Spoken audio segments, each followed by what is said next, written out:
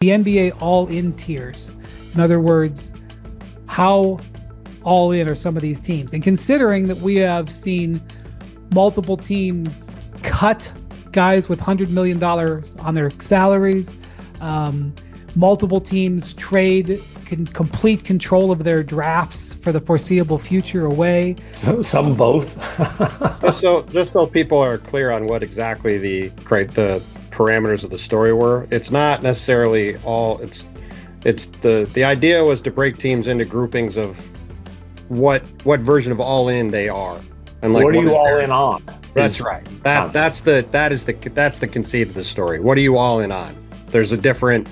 Not every team goes into the season thinking they're going to win the title. So what is basically the objective? Right. It's not hard to figure out what the Utah Jazz are all in on, for example.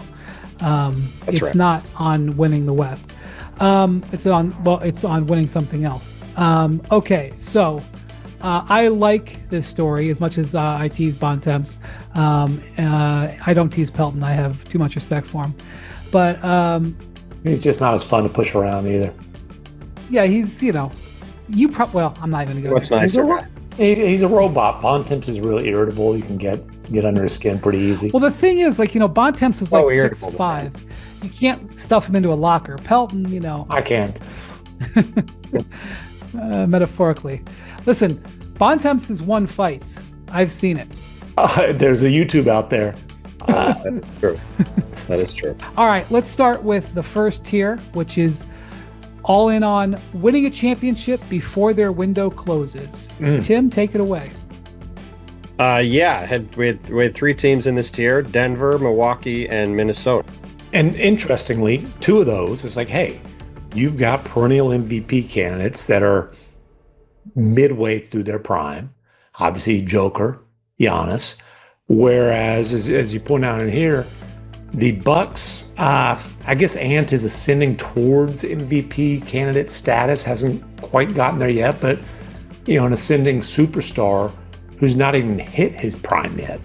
So it's interesting that the Timberwolves are in that same tier, despite the fact the face of their franchise is at a very different stage of his career. Some of these teams are a little hard to fit into a clean grouping together. Brian does not like too many tiers. Didn't really want to get into trying to have 30 different tiers.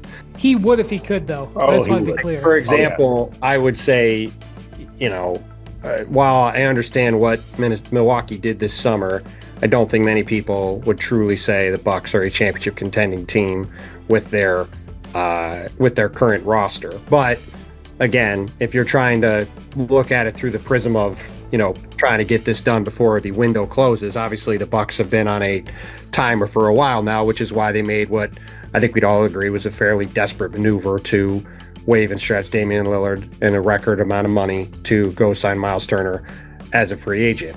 As it relates to Minnesota, the reason why we ended up having him in this tier and why I pushed to have him in it is this team is still very reliant on Rudy Gobert and to a lesser extent Mike Conley, and those guys are in their mid to late 30s, and there's not clear replacements for them. Despite the fact that they drafted Rob Dillingham a year ago, I'm not convinced Rob Dillingham is the long-term answer to replace Mike Conley. And despite the fact they paid Naz Reid $125 million this summer, I'm not convinced Naz Reid is a long-term replacement for Rudy at center either. Well, I'm not convinced of that. I think that if there's a long-term replacement at center on the roster, then it's the guy they just drafted, the fellow Frenchman, Johan Berenger. But he's a springy 7-foot ball of clay at this point. Yeah, I mean, he certainly showed a lot of potential. I mean, he had the 7-block game at Summer League against the Pelicans, but, I think we're a little ways away from being able to reliably say he's got a chance to be that kind of player going forward. The window is very defined for Denver. It's as long as Joker is one of the best players in the world, assuming that his future is in Denver, which I think is still a pretty solid bet. The window is very defined for the Bucks. That's as long as Giannis is one of the best players in the world and on their roster, which is much murkier. The window's not so well defined for the Wolves just because Ant has so much runway in front of them.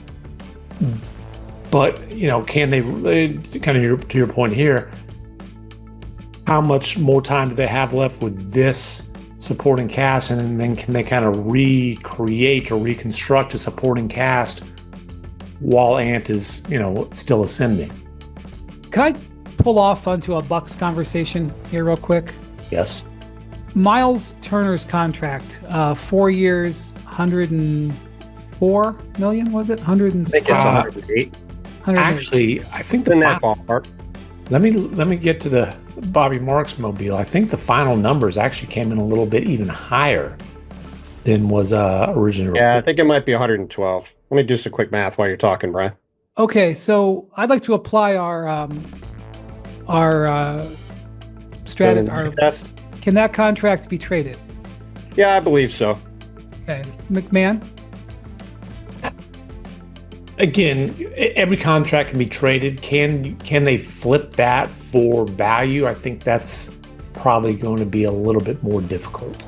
108.8 million over 4 years. I would say Miles Turner, as we saw last year in the playoffs, although he struggled in the finals, has a skill set as a three-point shooting big who can protect the rim that is desired around the league.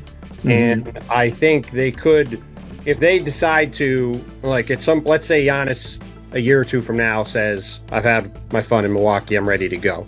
As long as Miles Turner is healthy, I think they could flip that deal and get some value back for it for a team that's trying to win right now and wants somebody with that skill set. Like, for example, he would be a nice fit on the Lakers right now. He would be a nice fit on the Warriors right now. He would be a nice fit on, again, we were just talking about the Wolves. Sure, Phoenix doesn't have anything to trade, but like long term, he could be a potential long term answer to replace Rudy Gobert in Minnesota if they're trying to do something with that in a year or two, right? Like, he has a skill set that should age decently, and that's not it's an in market, or it's a within the realms of the market contract. Here's why I'm asking about that right now. Bontemps, you and I were live on national television when we found out about Dame Lillard's wave and stretch to sign Miles Turner. Facts. And literally in the moment, I said it's like mortgaging your mortgage to buy a sports car. I still don't like it. But as I've talked to people across the league and thought more about it, while I don't necessarily think it's the primary reason, I think that maneuver was an elaborate hedge on what Giannis wants to do.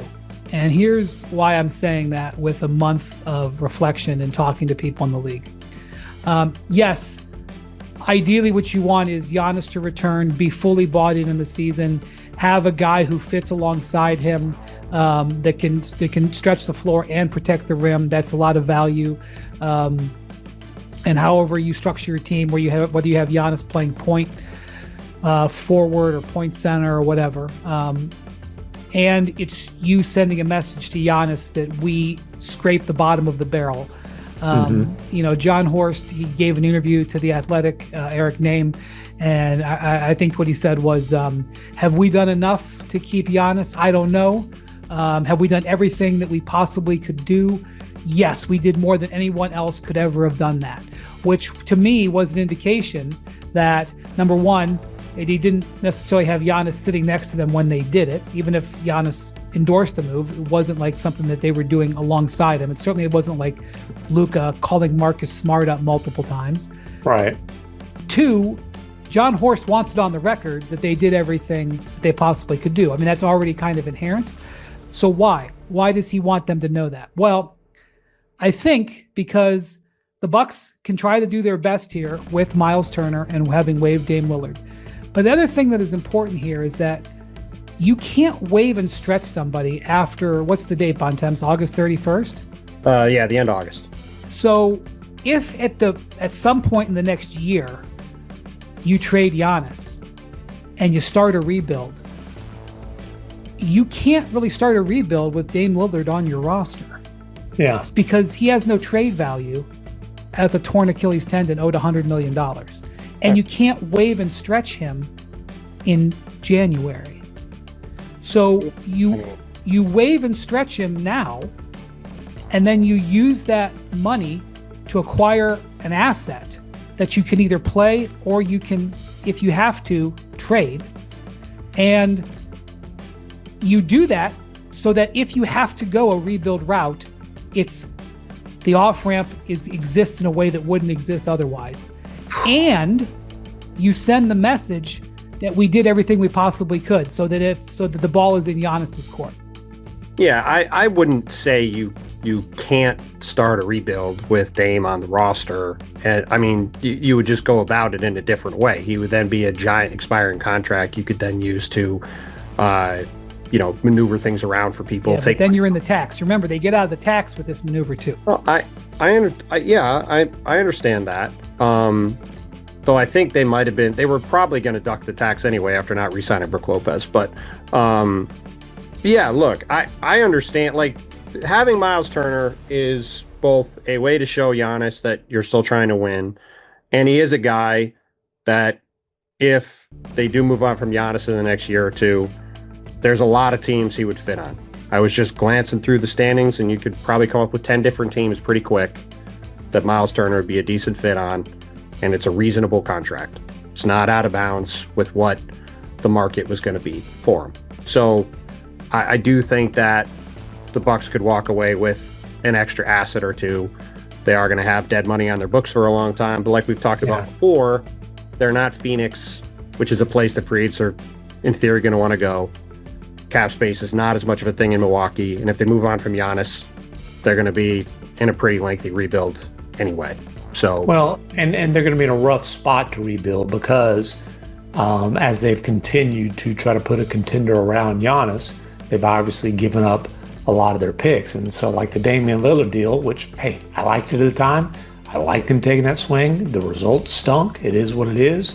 There was some misfortune in that, but the simple fact is they owe a ton of money to Dame for now years to come, and they still owe picks for Dame. And that's a really, really rough spot to be in a potential rebuild. But this is what you do when you have this kind of a talent that is, the Bucks haven't had this kind of a talent since Kareem.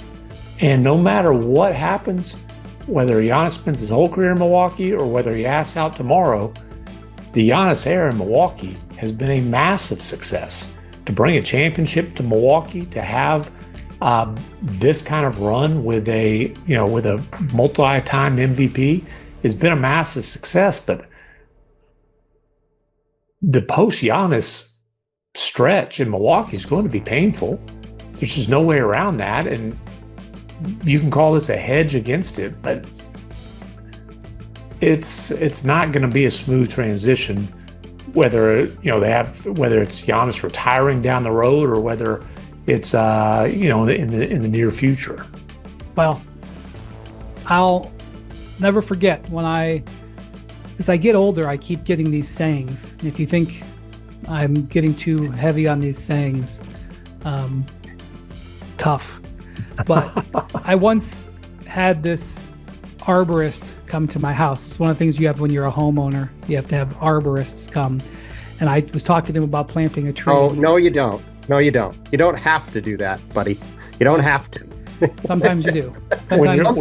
Some people have arborists come to their house. When you live in a neighborhood where if trees fall on your power lines in your house, you sometimes have to have arborists. Sure. Anyway, this arborist provided me with an important saying, and he says people often ask me when the best time to plant a tree is, and the answer is last year.